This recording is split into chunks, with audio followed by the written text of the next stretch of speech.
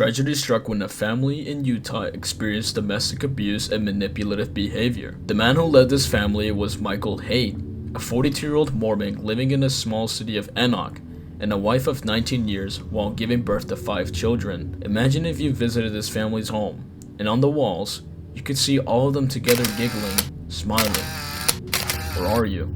People smile, and every smile has a different meaning. In this case, it's a smile of despair. It's important to understand Michael's perspective since he was a devoted Mormon. Since police officers haven't found a motive yet, I do have one myself. Michael Orwin Hay was born on January 7, 1980 in Seattle, Washington to his mother Brenda and father Robin Haight. When his dad finished dental school, he found a job opportunity in Cedar City in Utah in 1981. During his youth, Michael spent time participating in baseball, basketball, soccer, camping, various scouting activities. He even achieved the rank of an Eagle Scout, which is the highest achievement on the Boy Scout community, and every member was dying for this award. Michael graduated from Cedar High School in 1998, but moved to Alaska to work at a fishing job beside a port. His leadership skills excelled at a young age, since he was a leader of a crew of 12 men. His leadership skills, values of honesty, hard work, and determination quickly led him to be a line manager. Due to Michael being an experienced Mormon, a small group of Mormons from Porto Alegre, Brazil, called him to give him an opportunity to serve as a full-time Mormon missionary. They invite people to their religion to help them to get them closer to God. This is known as the Church of Jesus Christ of Latter-day Saints. According to his relatives, he described his times in Brazil as one of his best memories of his life. Unforgivable, he says. After his mission, Michael began classes at Southern Utah University, studying business management. He graduated with a bachelor's degree in 2004, and under his name, he was called the most outstanding finance student for the School of Business.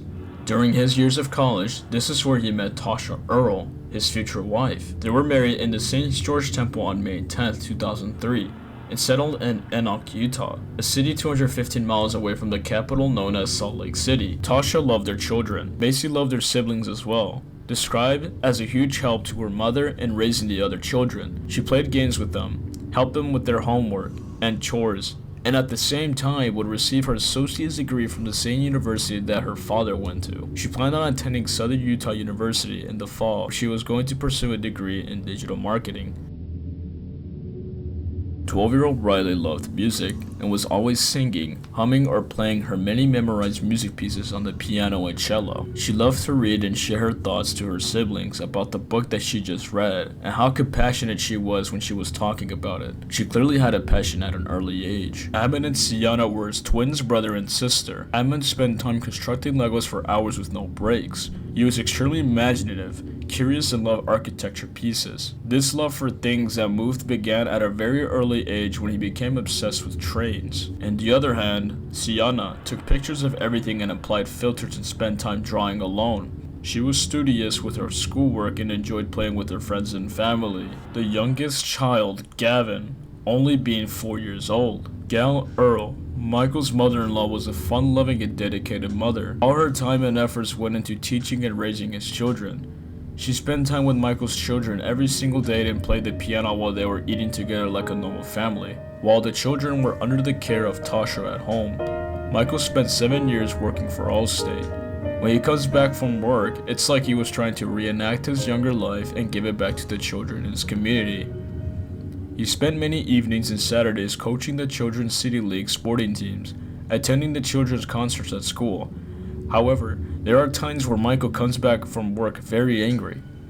There's a difference between disciplining and controlling. Michael had a strict approach when it came to religion. In 2017, Michael Haight came back home angry. He found Macy in the garage and screamed at her and shook her body violently for no reason. In 2018, police received a phone call from Macy to report Michael for assaulting her. In the piano room, Michael became angry at Macy and grabbed her by the shoulders.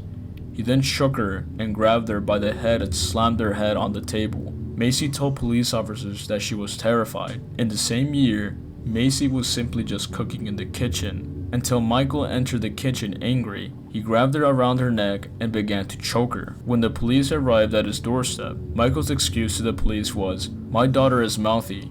She's still a teenager," and even implied that Macy was mentally ill when she wasn't.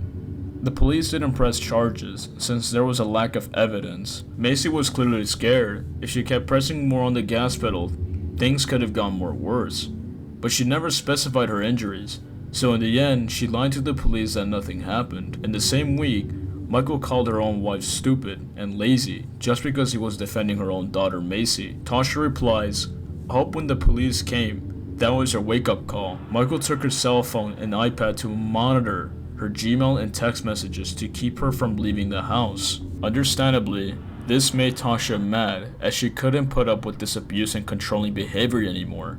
Before Christmas of 2022, she filed a divorce on Michael. Weeks leading up to the family's fate, Michael had removed all firearms from the home and only kept one for himself, since Tasha and Macy were trained to shoot guns. Lastly, he sold his insurance business to allow more flexibility to spend time with his family.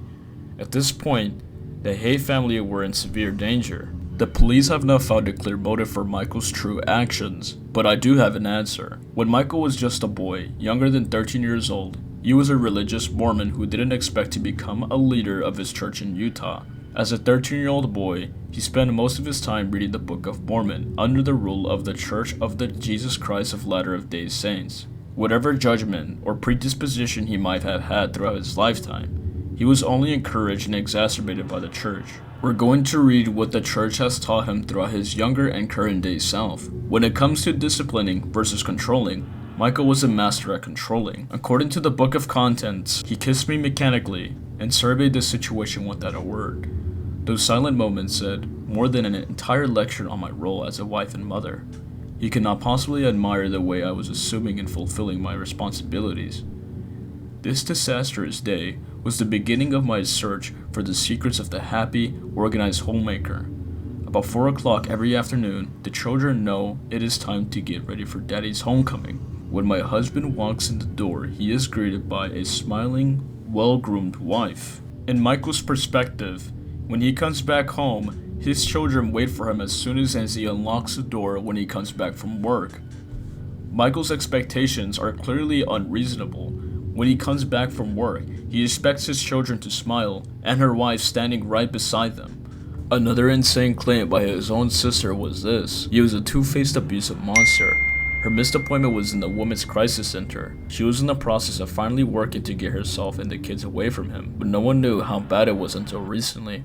He would demand she have dinner on the table ready when he got home. No one ate until he took the first bite. If she was preparing dinner and he would call and say he wanted something else, then she had to start all over. Once he was late coming home, so she let the kids start eating. When he got home and saw them eating without him, he threw all the food on the floor and made her start dinner all over again. This is a direct correlation when he caught his oldest daughter trying to eat as she was hungry, and it was 7 p.m. Macy was still a child, and kids need basic nutrition to be happy. He controlled her friendships and what she could do and what she could not do. He controlled her access to money, and she had a meager allowance to pay bills and care for the kids. He had hit her before and would choke her till she passed out. My bro said his biggest fear now is that he'll get off with people thinking he was a good guy, who somehow snapped or had a mental illness. He was not. He was a deceiver and a monster. He played the role of a good upstanding church guy but would go home and abuse his family. She had told many bishops and stake presidents over the years about his mentally abusive behavior, but he would always downplay it. Another sign of obsessive manipulative behavior is Michael controlling his wife's savings account and bills to take care of the kids. It's still unknown why Michael was taking money from his wife, since he was making enough money to pay rent and even pay bills. However, Tasha pays bills just to show human courtesy. This next line of text will show you how much the Mormon church has really poisoned him. Heavenly Father designated the husband or father as the head of the household. He is the patriarch of the family. Each family in the church is a kingdom or government within itself. The father is the head of that government. He is the highest authority in the home and presides over all family functions. Michael is submissive and a power freak. He will do anything to belittle people who are below him. In other words, you can say he at least attempts to run a traditional religious household, but this takes it too far, as his brother explains the true nature behind his actions. I do have another problem here. Was it a good choice for Michael's sister to come out with a story after the death of the whole family? Should the police be notified? If people or authorities knew, I'd argue it would have gotten worse, but instead of letting people know, maybe or possibly go to marriage counseling for better alternatives. Before Christmas, Tasha filed a divorce. Michael reacted like he never did before. Remember Michael discarded every gun in the house and only left one for himself? He was getting ready. Tasha missed a welfare check appointment. Michael did not go to work. It was clear that something went wrong. The authorities got a phone call from their neighbors. Their neighbors claimed Michael's vehicles were stationary for 1 week. The authorities were forced to create a search warrant, and what they found was gruesome. Tasha was dead. All the children were dead. And next to Tasha's body was Michael's body. The family's carcasses were decaying for a week. Police took their bodies to forensic and did an autopsy stating that everybody in the home was shot in the head, including 7-year-old Gail Errol, also Tasha's mother. It was a similar situation with Chris Watts and Don Spirits, where their children were left dead in the hands of their fathers. It was clear that Michael Hay was living in a delusional mind. He took it too far, and going far as replacing himself as Jesus Christ. Sure, it can be a funny gimmick or a running joke in the family, but it's not a joke when he's actually mentally abusing his own family. The family from both sides were mixed emotions. Tasha's family was saddened. However, Michael's family was supportive and sympathetic. What do I mean by this? When Michael died, he had family members and friends write obituaries. However, it was confusing as if Michael was still considered the victim of the situation. For example, in these obituaries, nowhere does it mention Tasha or the children directly. It's just Michael considered the victim. I'll still hold up my belief that Michael was influenced by his Mormonism. This doesn't give him an excuse by killing his whole family. America has a domestic problem, and it has quickly been rising for decades.